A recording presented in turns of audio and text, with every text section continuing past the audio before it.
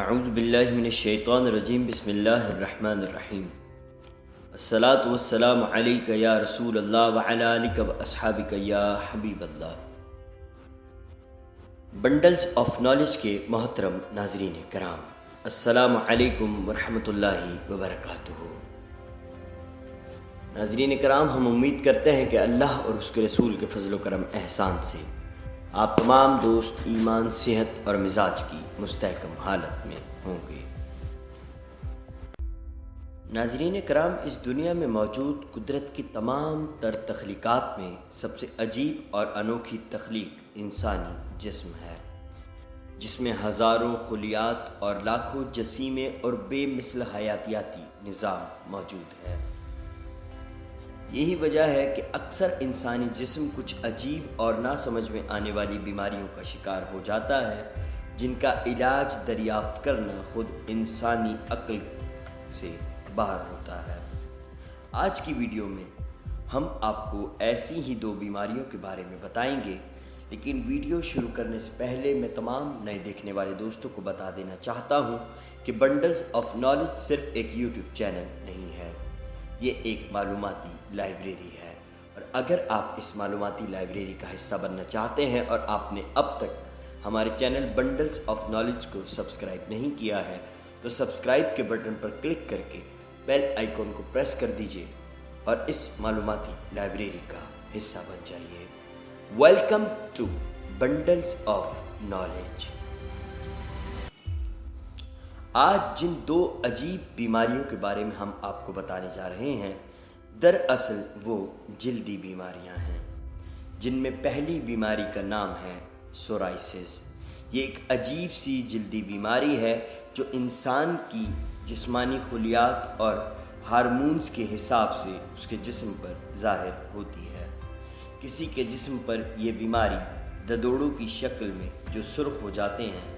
یا کسی کے جسم پر یہ بیماری دانوں کی صورت میں، یا پھر کسی کے جسم پر چھوٹے پھوڑوں کی شکل میں نمودار ہوتی ہے،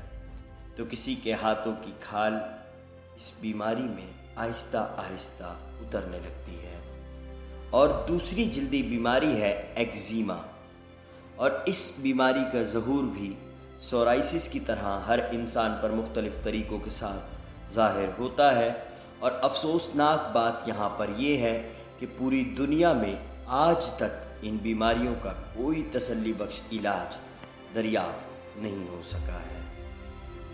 لیکن جب انسان اپنی تمام تر صلاحیتوں کے دم پر کی جانے والی کوششوں سے ہار مان جاتا ہے تو وہ قدرت کی طرف نظر اٹھاتا ہے، اور قدرت کا سب سے بڑا اور عظیم شاہکار اس وقت روئے زمین پر موجود کتاب قرآن کریم ہے، اور قرآن کریم میں اللہ رب العزت نے ہر بیماری کا علاج انسان کو عطا کیا ہے۔ خالق کائنات نے قرآن پاک میں ارشاد فرمایا، اعوذ باللہ من الشیطان الرجیم بسم اللہ الرحمن الرحیم، وَنُنَزِّلُ مِنَ الْقُرْآنِ مَا هُوَ شِفَاءٌ وَرَحْمَةٌ لِّلْمُؤْمِنِينَ، اور قرآن میں ہم ایسی چیز نازل کرتے ہیں جو مومنین کے لیے شفا ہے اور رحمت ہے۔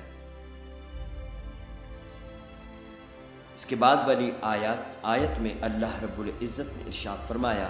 وَإِذَا مَرِضْتُ فَهُوَ يَشْفِينِ، اور جب میں بیمار ہوتا ہوں تو اللہ تعالیٰ ہی مجھے شفا دیتا ہے۔ اور اس کے بعد کی آیت میں خالق کائنات نے ارشاد فرمایا، قُلْ هُوَ لِلَّذِينَ آمَنُوا هُدًى وَشِفَاءٌ، فرما دیجئے آپ کہ مومنین کے لیے ہدایت اور شفا ہے۔ قرآن پاک میں تو سورائسس اور ایگزیما جیسی لا علاج بیماری کا قرآنی وظیفہ آج ہم آپ تمام دوستوں کی خدمت میں پیش کر رہے ہیں، اور یہ ایک آزمودہ وظیفہ ہے۔